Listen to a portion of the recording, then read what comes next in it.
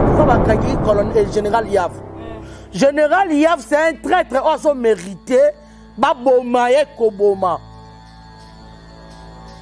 Général Yav, ceux qui vont habiter, ont mérité Baboma et Koboma. Comment est-ce possible que vous en avez front? Tant que vous avez si fort de c'est la vérité. Est-ce que vous avez fort de c'est la vérité? Général Yav, vous avez si bango. Vous avez pendant un teke, vous avez bosolo. Vous avez pendant un teke bandeko. Basoda na biso bakei babunda. Bakoti, babandi pe gobeta. Yo général au petit ordre, bon kata, bon zonga, repliez-vous. Or, tiens, autres ne vont replier pour Baba se replier, embuscade des acquis déjà dans Sima. Pas bomi bango nyon surtout. Nous dit qu'il faut aller service de quoi ba solo la ka na ba moro wana na sanzete. Si le lot habité, ba kenab, ba comment disperser, ba koti na ba village surtout, ba mata, ba côté la partie à Bandounou. Le pire encore, toujours au craindre les sous. Le Rwandais au moment où toujours là, à côté les sous de là, il y a Congo. Bazo quoi avancer. Au moment où bazo côté la province surtout. Au Rolanda. Oh bah il y a quelque côté à partir Équateur, bazai bah qui n'est qu'au sein à Sassou ma belle kuna nana ni nanga pas mal lukane no kata mai ba côté en Équateur. Bazo côté déjà dans ndenge moko a bien tête au sutuka. Là sous voisin na yo, ton voisin nanga azakana Rwandais. Jour ko éclate tout le monde vient bibi service papa assez ici biso biso surtout.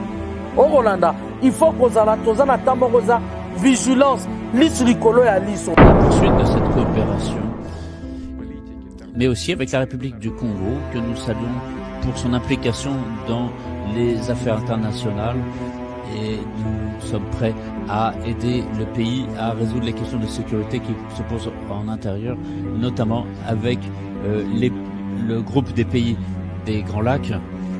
Et nous sommes tout à fait prêts à soutenir la République démocratique du Congo.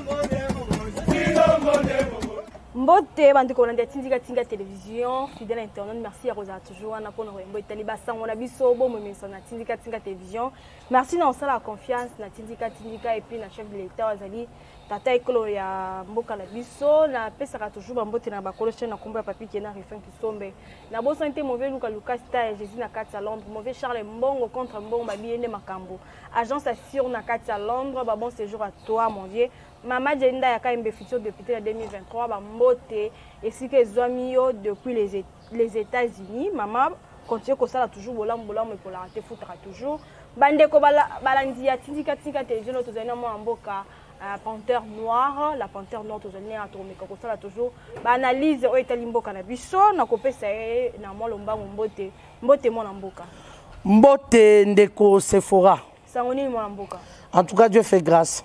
Vraiment, Mikolo Belé et tout le monde a été mais l'autre est supporté sur le marché Limboka. Vraiment. Vraiment. Merci moi Mboka. Tout le monde mission tout le monde discours tout le monde qui tout le monde discours à chef de l'État Tata Ekolo. Ndenge sili koleka na ngambu ya États-Unis tout le monde qui ndenga sili kolo ba sili ko clarifier certains points oyo bande comme sous peut-être peut pas comprendre en côté. Réaction non par rapport il y a ba propos par rapport il y a ba dire au chef de l'État sili ko bimisa. Na discours na point de vue na yo. Merci beaucoup ndeko Sephora ya mbotena banda na koyeba kotombela bolandi bolamu émission et na bakongomani banso oyo sika bazwami na mokili mobimba lokola basala nzambe beaucoup plus oyo baza koede biso baza koede mboka na nzela ya losambo et na kobosa te pasteur Jacques Fulakanda na Lyon. Merci na pasteur Ndolai, pourquoi pas Balobi, la grande servante de Dieu, Maman Bibiane Ewale na Londres, ma papa Jean-Louis. Merci beaucoup na pasteur Petronel, pasteur Fayanol Winner, Basala Nzambe Benza Baza Ebele Bishop Nehemi, Kayembe Baza tellement Ebele, na tombe bango Bolandi Bolamuya, émission Eye. Nango mwana mboka motuna otuni ngai na o etali discours ya président ya grand frère nanga sur 10 à 20 sur 10. Oh sur 10 azui 20 sur 10 ça n'engage que moi. Donc en tout cas eza que ngai mutu naza koloba. Pourquoi? Parce que tout satana qui te na réaction na ye na discours wana. Il est allé droit au but et puis à lobby à sali discours te mais à lobby oh eza réalité peu vérité et puis il a dit ça au fin fond de lui. Et outi na motema abimisi yango. Et puis la forme oyo basaleli discours wana muntu a commis discours wana en tout cas pour na bois que le ba fleur. Obi na fandi na otala na tali président ngo sa discours na raisonner to manaki ko tanga tozaki na 6e des humanités procès à Archias Cicéron. Et on a que ça la procès à Archias Cicéron abandaki ko beta azo beta mais azo ko léger. Et moi crois que Alain Pibango et moi Betty et moi Alain Pibango et moi Betty donc azo lempa mon konzona mais azo ebisi ba vérité en face. Natanabi non ce monsieur vraiment a l'ambi discours oyo aza mayele makasi. Vraiment c'est un intellectuel. Le ngoni na staff topena ba conseiller o baza ko baza pemeni ya mokonzi mboka.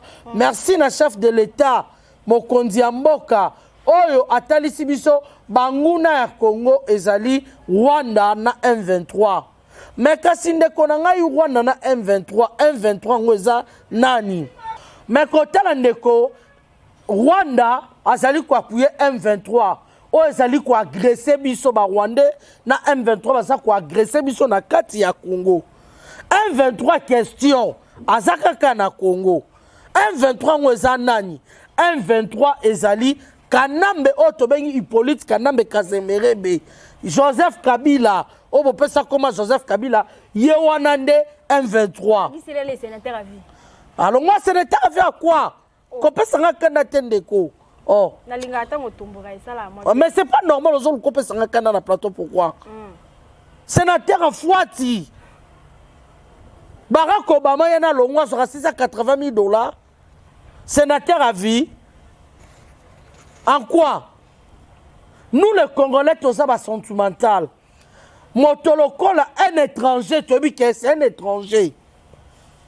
Conscience, il y a biso ba Congolais, n'habite sur ton défi sango, ba Rwandais.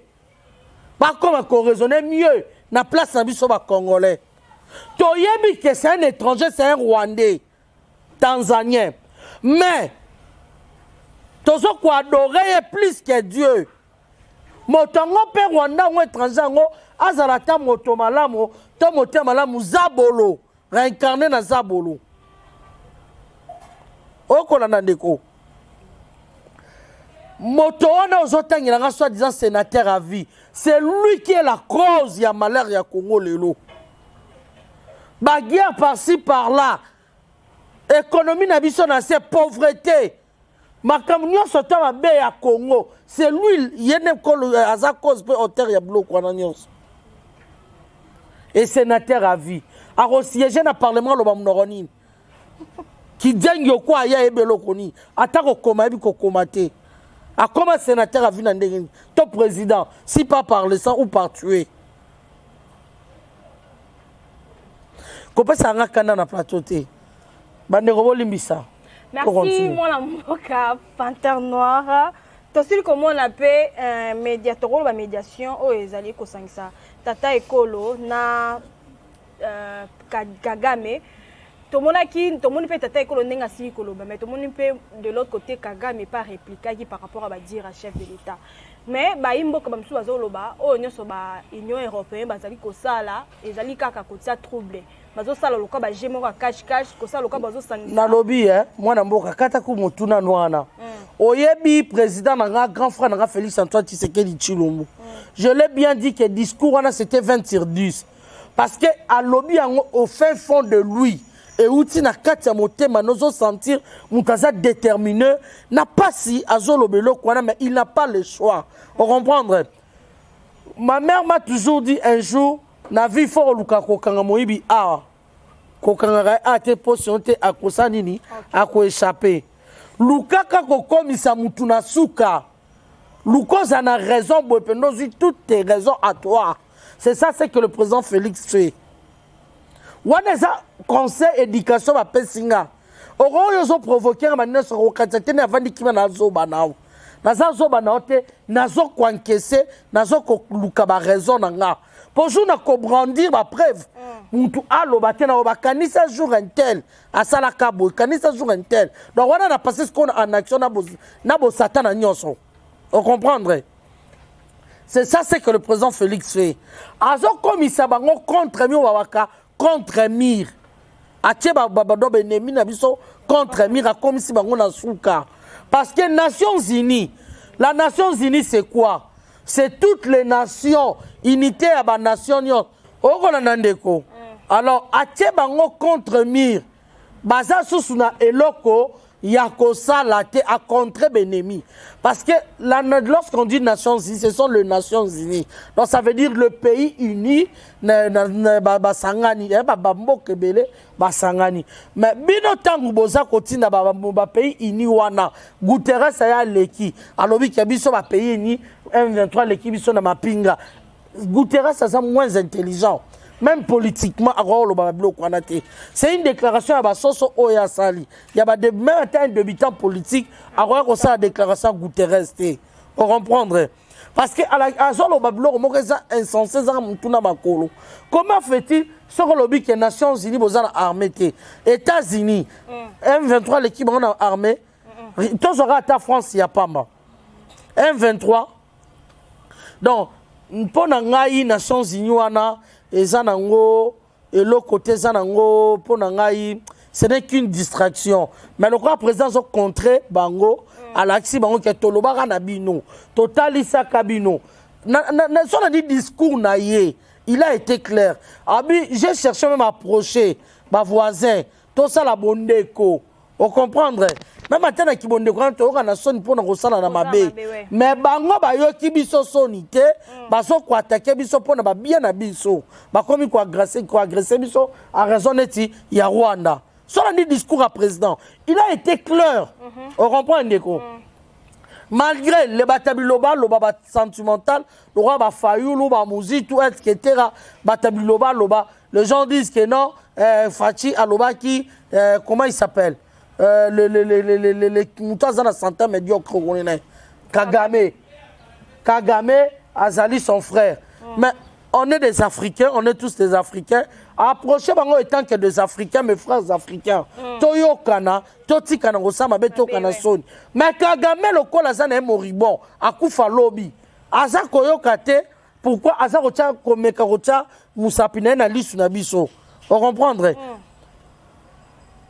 Président Azak Ndekwa Kagame ti. Et si mite venu nouana, yango amemi bango sur les Nations Unies. Tant ou toko passé en action. Papa ça n'a été que ça RDC. Oza Congo lo kamakasi. Toko kota ti na ba village bango ba fin fond kuna. Baba kota ibunaga na te, toko benga na bango te na Congo te to kota bango ti na kati ne ba olapa.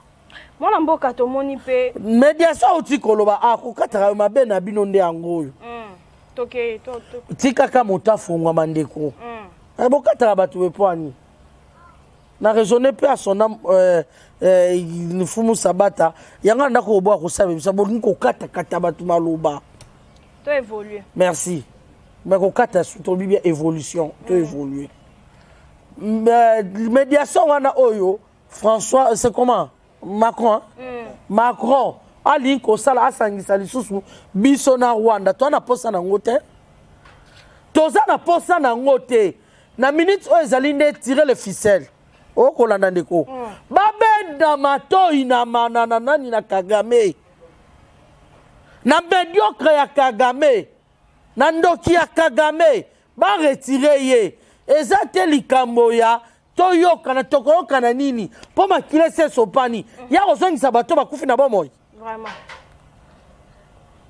kala wana bango nyoso tu ezaba ba cop na bango eza la communauté internationale eza la ba américain banani wa baso ko exploiter na est ba créer guerre wana bango ba multinationaux ba ye ko créer bloc wana po bango bazwa moyen ko yiba biso ba minerais na biso ko exploiter ko yiba longola mo exploitation vraiment baza koyiba c'est du vol parce que topesi bango permission te c'est illégal okolanda ndeko na ngai donc ba créer guerre eza ndenge na bango bako créer guerre et puis Kagame était un enfoiré de merde il y a premier niveau les hommes blancs basali minduki bapesi biso ba noir to boma na biso po bango ba exploiter ba zwa biloko na biso ba yiba biso biloko et un enfoiré de merde de premier degré comme Kagame et il ne comprend pas comme atanga classe à vivant na brousse ba zwa na mawake tang sen États-Unis et il vient et il a so comprendre a so agresser RDC mais ayeba ke RDC toza pays moko toza bien nakanda encore supporter mon touté. Et c'est parce que notre président a ça sanguinaire. Si on avait un président sanguinaire, n'habité tous les Rwandais, on a beau comme brochette. Moi, on va mettre mon IP Adolphe Muzito par rapport au discours du chef de l'État et à lobby, t'as école à lobby malam. Mais Nathan ils attendent à solo la thèse plus temps à déclarer directement guerre. Ouais les alliés c'est là. Hier Adolphe Muzito il n'a pas de concert à couper sa biso. Hier guerre auto déclenché ba tekena ba yakasi sian. Nana koti si ba mboro rolelo. Ndeko. Ba ngombe ba mboro o ba yakana ba ngombe. Nana kena ko swanda ba ona bandundu. Tozoloba. Tozo ne dénoncer nuit et jour comme si tozoloba te. Mama Jenny nda kayembe. Ozo landa ngai les États-Unis. Mama Jenny a yebi de quoi je parle. Maman Odite au Mireille, aux Hollanda, na France, ce sont des gens oyo, tolobi, neti tozo lobate. Basa batu oyo le loboye, il faut l'État nabiso à passer en action, à kanga muzitu. Muzitu faut aïe sabiso de quoi ba solo laka na ba moro wana na sanzete. Si le lot ebité, ba kenab. Ba comment disperser ba koti na ba village surtout ba mata ba côté la partie ya bandunu le pire encore toujours craindre lisusu le Rwandais au moment où tozolo ba côté lisunzela ya ba Congo bazo ko avancer au monde bazo côté la province surtout au Rolanda o ba linga yo ke ko côté partie Équateur bazai ba kene ko senga sasu mabele kuna na nani na nga po ba lukane no kati mai ba côté na Équateur. Baso kokota déjà na ndenge moko ya bien te to kosutuka là sous voisin na yo ton voisin nga azaka na Rwandais jour ko éclater mo na bimisel biso papa asili biso biso surtout au Rolanda il faut que za la tozana tamokoza vigilance lisu likolo ya liso po ezaka na bayaka na biso ba maluku te na maluku o kana mingi te Kinshasa donc c'est trop dangereux.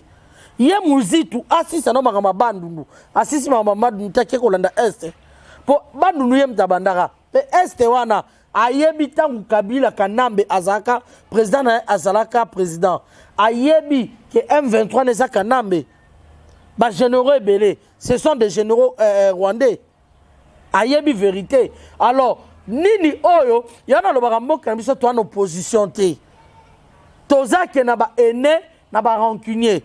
Si réellement si on avait l'opposition na minute oyo na eleko oyo l'opposition alingaki ko sangana na pouvoir pas trouver solution mais yabiso chacun pour soi Dieu pour tous oza nango sora Kanambe za pouvoir Kanambe a échoué biso lingi kutu bongo a échoué po biso tozo pouvoir tala nanu ozotala te intérêt ya mboka na mboka wana soit disant si tu es congolais. Il y a tes frères, tes connaissances, ta famille. Au bazana même, baningo tangana bango le soro qui a coupé ça la ondengeni.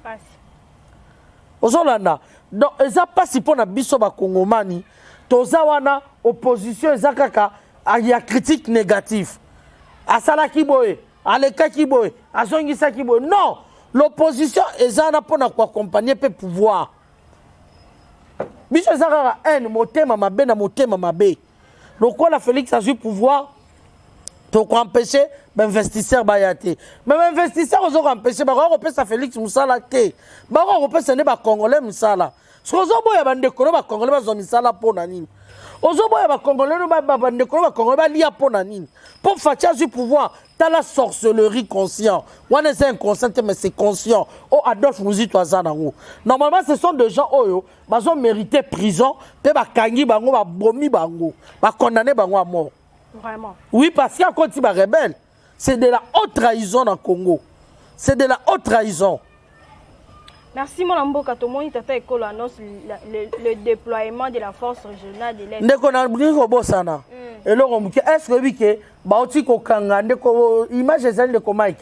Insérer biso image otala de Rwandais bakangi bango pour te faire voir que ce sont des Rwandais autres bisabino, ce sont des Mbororo. Bakomi na bateke misusu na yaka moka lobiye yaka moka lobiye teke. Parce que wazo ki unia Rwanda, est-ce que muteka lo baka kinya Rwanda? Est-ce que muyaka lo baka kinya Rwanda? Ata Swahili te me kinya Rwanda. Ozola nandeko. Ba yebi pe lingala te, eloko sopi bango ngwana.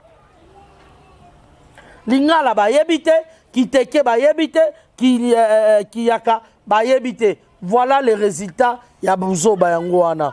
Okola nandeko. Mwana mboka te ça notre dans nos vidéos. OK. Batete là-haut. Rwandais.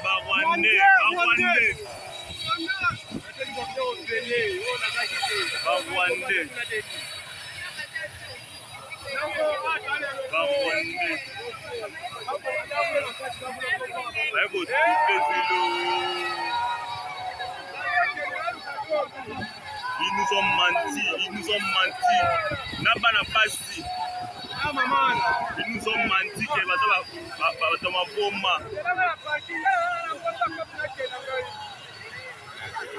on a retrouvé la paix. Enfin. Voilà. Nous sommes en... Mon mboka tomoni tata ekola annoncé le déploiement de la force régionale à l'est du pays, précisément directement dans ngambu ya Bunagana. Réaction na autre point de vue na ezani.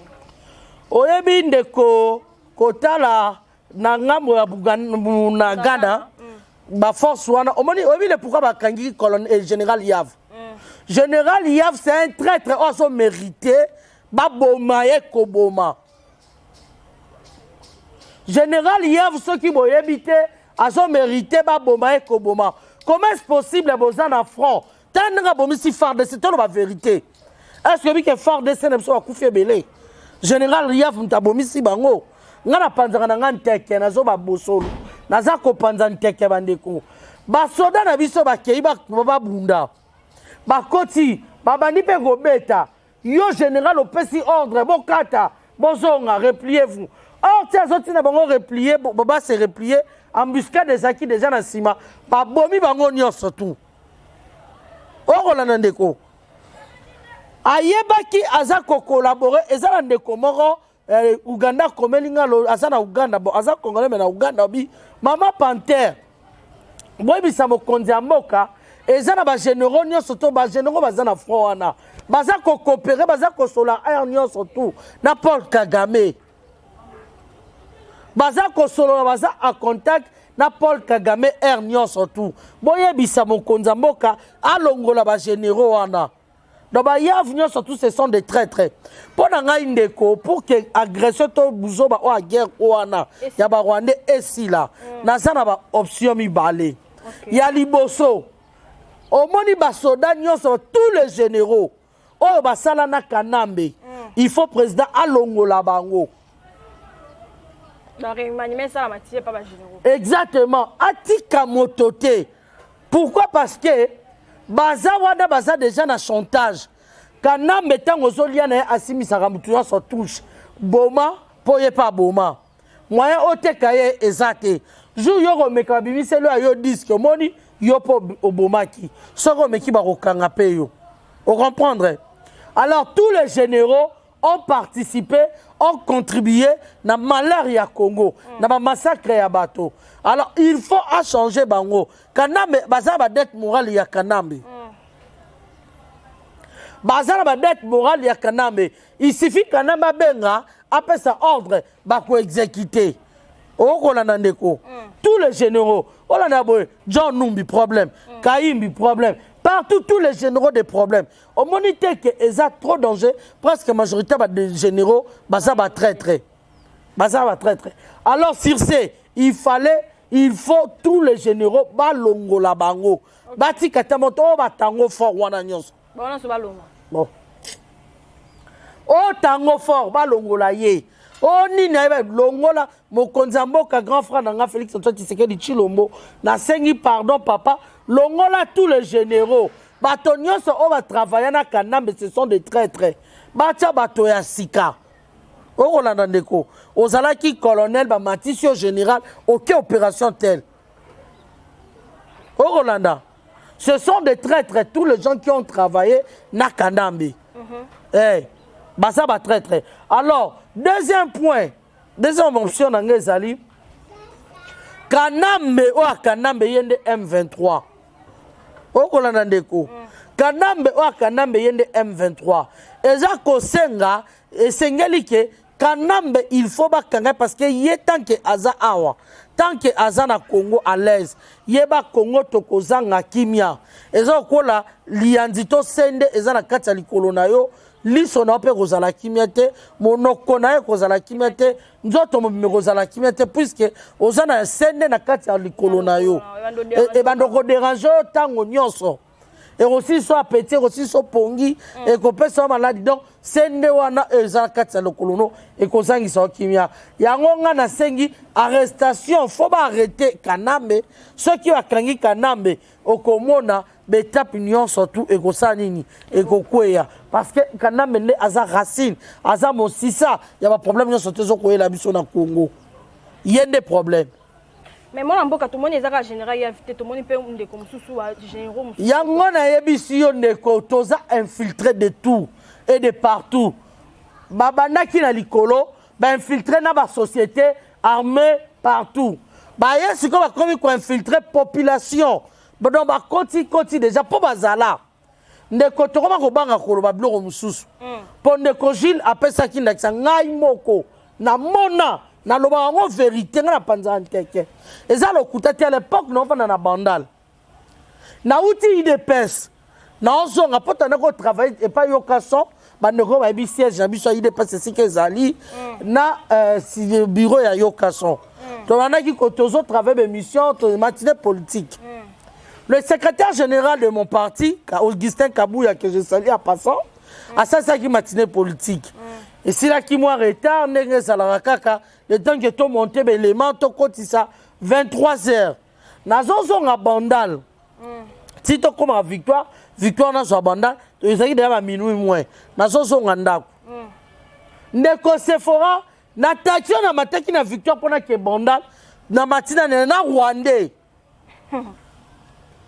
et puis c'est Rwandais aza kobeta lisolo na bango posé et comment qui débat entre biso na chauffeur molimo suki na bina étranglé to na sala nini maîtrise moko yela kinga chauffeur et puis kuna chauffeur kanda abo kitise fa kitien entrer na bango ya osité oasis chauffeur aleki sabe ozonga makolo sérieux donc mututa betera so moi-même témoin na yebi ce qui s'est passé vous comprendre il y a le Rwandais Oyo Bazali na cité oasis ma place yon soto moni ba site oyo ma chauffeur oh nazo yebisa ndeko yo mona Rwanda chauffeur na Congo voilà tala ba risque donc ba Rwanda be si ba infiltrer biso baza na ba plaza baza par-ci par-là et ça question que au moni et ça la capacité bloko na surtout ba to koloba ni Félix ça c'est le côté ba biloko ya boy Félix té na tout na bandeko ba sona na biso na mikili ya poto.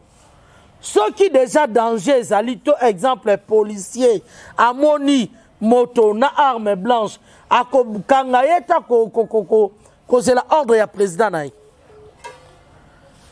Armée na biso pour agir, il faut ordre à président. Pour la ressemble à na mboka, il faut ordre à président. Neti aner na yebite, est-ce que bazo sala vraiment faut se poser des questions. Vraiment. Il faut au président tina bango nyonso. Et on dit ndeni to mona dia François Béé wana muto azaki censé on la de makambo ye mona azala mamangu. Yango na yebisi te et ça passe pour na biso ba kongomani et sengeli to zonga na conscience on dirait conscience na biso to défisa yango et pas ya ba Rwandais bapesa biso buzoba na bango. Sérieux. Donc tozonga bato bandeko, to travailler mitu na biso to tika la bomoko pour na mboka na biso. Tozo travailler pour na fatité, mais tozo travailler pour la nation congolaise. Vraiment. Parce que le président qui s'est sacrifié bongo, ils ont sacrifié ça pour la nation congolaise. Okolana ndeko sefura. Donc, bali aner azawana asaka enquête c'était nini te longone na police abetaki kuluna lisasi na likolo. Batona surtout ba sepeli. Normalement c'est comme ça. Mais est-ce que le policier a azaki accord ya fati pa beta kuluna lisasi? Hein? Monta aussi bisela lisati boy. Il faut tout non pas fati pas sa permission. Non, c'est le devoir de tous. C'est le devoir de tous. Yakobundela mboka. Oko na ndeko sefora. Eza devoir ya kongomani nyonso. Nango bandeko tozonga bato tozonga na conscience. Peuple asaka souverain. Peuple aza souverain. Ce qui peuple obiso toza to na conscience te. Tozara Félix osa eloko te. Félix abomi mboka. Nzala Félix asali boy. Félix asali boy. Congo ekokende liboso te. Parce que tu charges de les fati. Vraiment. Moi, en Boka Tomoni, na ngambu ya IGF facile ko intercepté 2,25 milliards de dollars à l'hôtel de ville de Kinshasa. To évité na par rapport nango, to rolo ba patrouille financière et salami na compte ya IGF. Réaction na les amis par rapport ya somme mwana ya monene, basili comment on a les fonds saisis au niveau de la BCDC ont été retournés au compte général des trésors grâce à la patrouillage de l'IE. Dans le lobby, président Nangai, grand frère Nangai Félix Antoine Tshisekedi Tshilombo. Et si, à créer IGF, pour traquer Miyibi, IGF a la Moussala Nae. Il faut se battre dans la justice à Alana. Tout est sous justice. Moussala justice, les années soya et Moussala Nae. Justice, c'est ceux qui va traquer Moïbi à Yibi, un milliard. On peut se liberté provisoire et Sili. Na Congo so appelle ça liberté provisoire au commis libre. Tangela ngai mutunyo nini oyo asazo liberté provisoire oyebi asonga sous prison azate. Donc ça appelle ça liberté provisoire ça veut dire ba libérer na bango yo. Na Congo c'est comme ça. Mais keno ko la prison tena bato ba yibi ba 200 francs. Moto yiba ki sardine na boutique. Ne azakuna na prison. Mais moto yibi milliard ya mokili mobima aza libre na Congo eza bongo yiba na mbo rebelo za libre mais yiba munke bakangi yo vraiment. Merci voilà on va vraiment te remettre la souka émission le biso pour justice pas ça ne faut Fati Fati combien de fois a changé baba juge combien de fois a nommé ma magistrat. Maintenant, surtout, ils sont nommés la justice, ils ont yiba rakak, ils ont corrompre bango, ils ont corrompre bango. Si Arosa ni mona mobala batu, vraiment, président bata salani. Yebisanga, Congolais zakara likambu ya conscience. Qui a conscience, on a payé conscience, car à ceux qui Congolais ont na conscience. Atiki corruption, atiki babuzo bebele, tozongi maintenant to komi batu. Pour un ezaki barbarisme, tozana nous ba primitif. Parce que bato va raisonner à malamu, barosa babuzo ba obiso sala raté biso ba congolais pour na mboka na biso. Qui est inconscient sur la remona ba détournement, nyo sonné sala matoro ba eko faire échouer to ko zongi sa tata école na c'était pour la deuxième mandat na e. Nabi d'abord le chef de l'État, moi je félicite mon grand frère pourquoi parce que il a l'initiative, il a de bonnes idées, il commence parce que on commence toujours quelque part.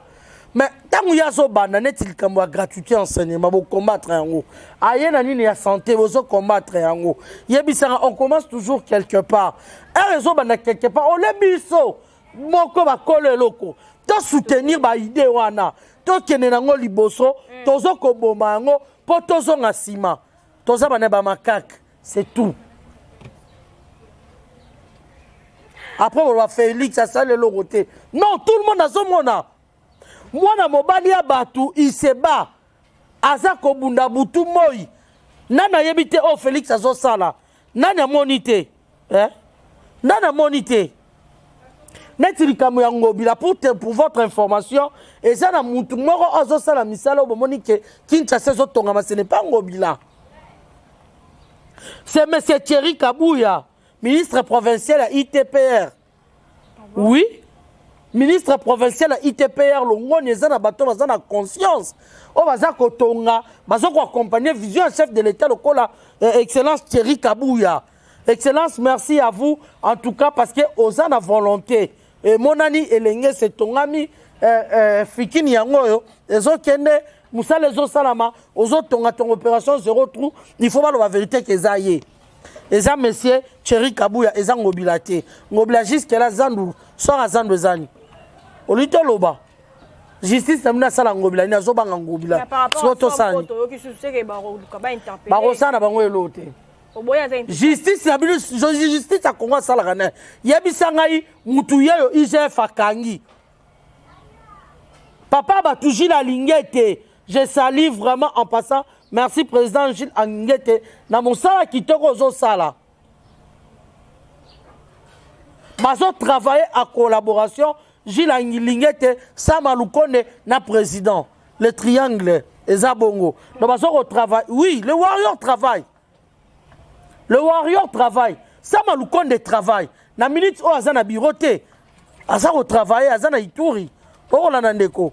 Sama Lukone travaille. Les warriors travaillent. Baza ko accompagner vision chef de l'État. Mais si koyo justice ceux qui va kanyi miyibi justice na biso abimisi liberté provisoire batoazo nga karaté. Tangela moyibi nino ayiba bakonga awa wili bakonga azam liberté provisoire. Eteni longondo liberté provisoire. Nani sous Matata Pono liberté provisoire. Caméré, liberté provisoire, tu vas quitter. Jean-Marc Kaboun, liberté provisoire. François Beya, liberté provisoire. Batouyo sont liberté provisoire. Naba DG. Vidi et Chimanga, Arosa, liberté provisoire. Tout le monde, liberté provisoire. Siko Yebisanga, président Félix Assala, Nini.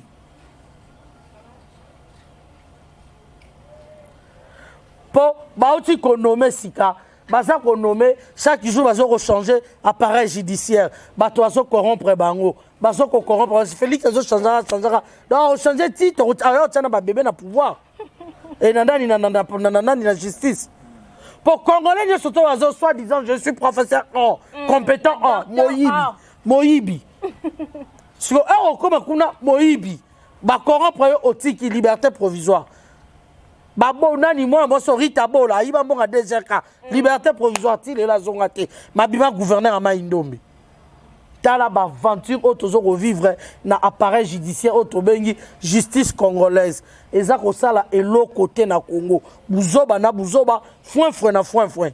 Deuxième mandat chef de l'État et aux la réussite totale. Les réussite totale parce que peuple congolais aza komona banani oyo bazo ko handicapé pouvoir oyo. Banani oyo balingi te président a avancé. Banani oyo bazotia le bâton dans les roues.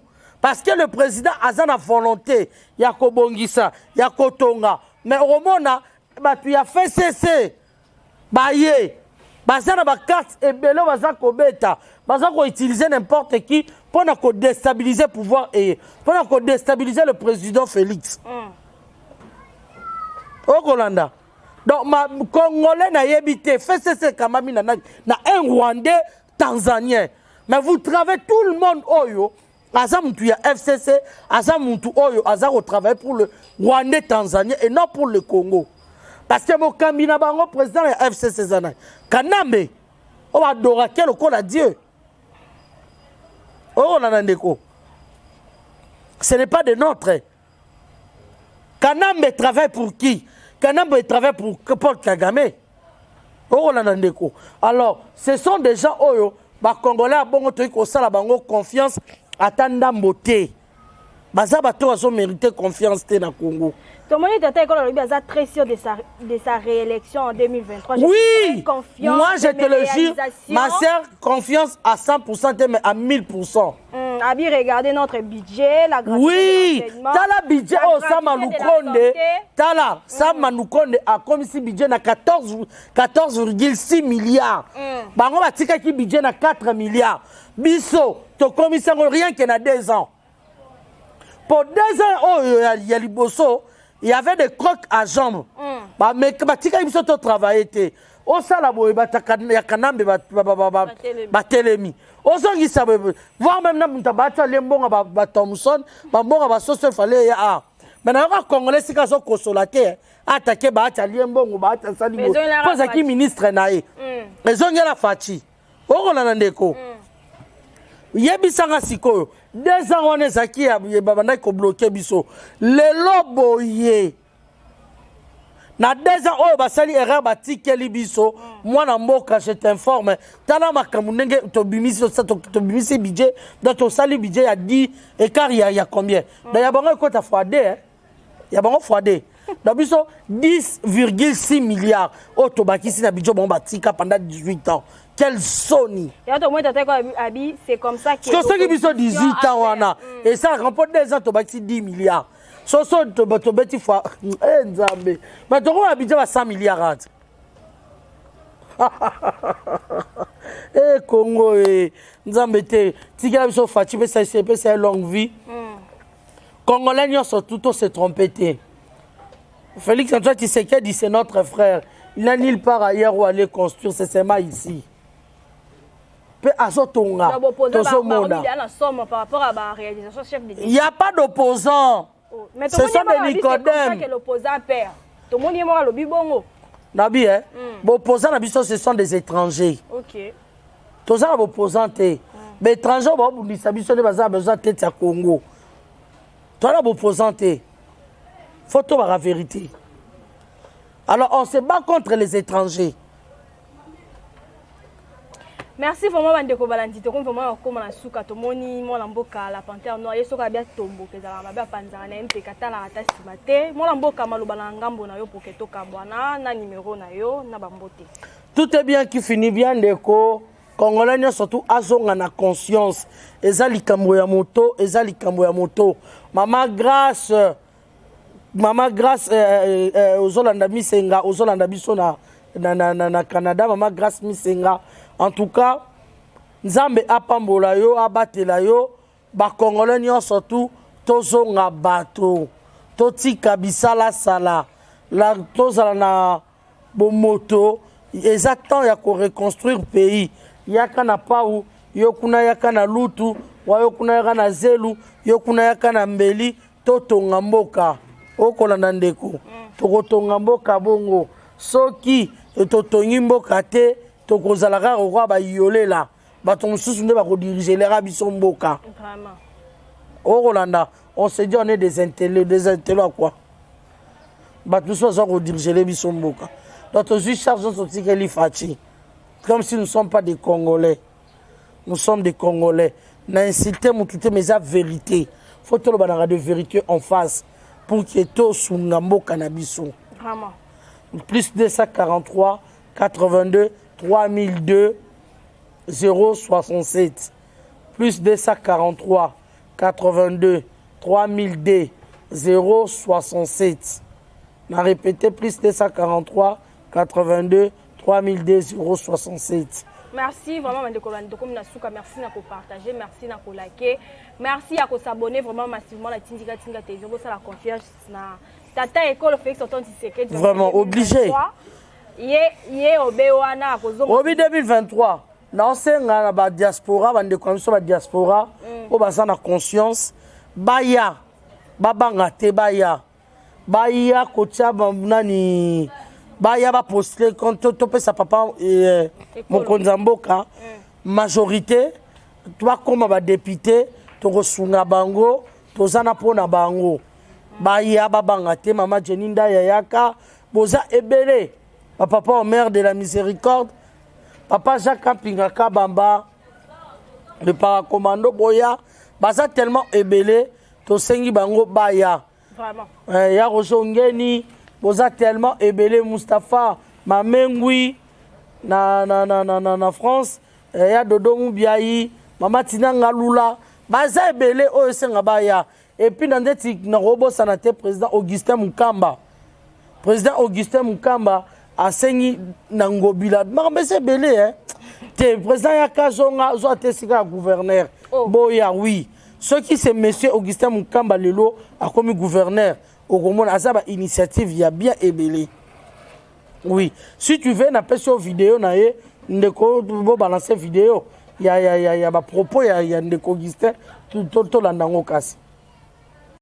Oui, merci encore pour l'opportunité que vous me donnez aujourd'hui de savoir si c'est qualificatif du gouverneur. Diriger les gouvernorats, ce n'est pas seulement une fonction, mais ça doit être un esprit, une pensée, une vision. C'est vrai, il peut y avoir des particularités de par le coin géographique, mais à la base, la vision doit être la même. C'est celle de sécuriser ses concitoyens, c'est celle d'assurer la promotion culturelle, c'est celle de développer comme on peut les niveaux de vie par certaines actions. Je prends 2-3 petites actions qui me sont à l'esprit quand je me vois dans la peau du gouverneur. Les marchés publics, pas marcher dans le sens de l'échange, mais marcher comme lieu de rencontre, voilà, ce qu'on appelle couramment les Wenze. Quand je regarde certains marchés aujourd'hui, dans notre pays, pour ne pas parler seulement de la ville de Kinshasa, dans quelles conditions les denrées alimentaires ou les opérations commerciales se font, je me pose la question si vraiment l'enrichissement ou la stabilité financière que vivent les acteurs de ces secteurs sort vraiment de ces lieux-là. Mais vous regardez, il suffit qu'il pleuve. Il y a certains marchés où on ne peut pas mettre pied. Rien n'est assuré sur même les produits frais, comme on appelle les produits surgelés. Rien n'est assuré. Aucune disposition sur la propriété. Faire monter 3-4 briques, mettre les carreaux et puis sécuriser les gens avec des bons tôles, de sorte quand il pleut, c'est vraiment, il faut que l'État central puisse s'y mettre. Il faut des millions pour ça. Entre-temps, ces acteurs payent leurs impôts. Ils payent les taxes tous les jours. Où va cet argent? Chers amis, je coupe. Comment peut-on comprendre que quelqu'un qui habite, si je prends la ville de Kinshasa, quelqu'un qui habite Bumbu, qui meurt, donc, un cas de décès à Bumbu, et l'enterrement doit avoir lieu à Nécropole. Comment on peut comprendre ça? Que dans Bumbu, on n'a pas une signification. Merci beaucoup, Bolandi. À propos de Montraboué, ce gouverneur na ville de Kinshasa et Kosalamala Momingi. Donc, merci d'abord Korumban, surtout au Penza Bolingarabi, Soboya Topé sa président Nabiso majorité. Merci vraiment, Mike Michel, de donner ma caméra. Merci de liker, merci de partager. Quant à moi, tout le monde est dans le Bye bye.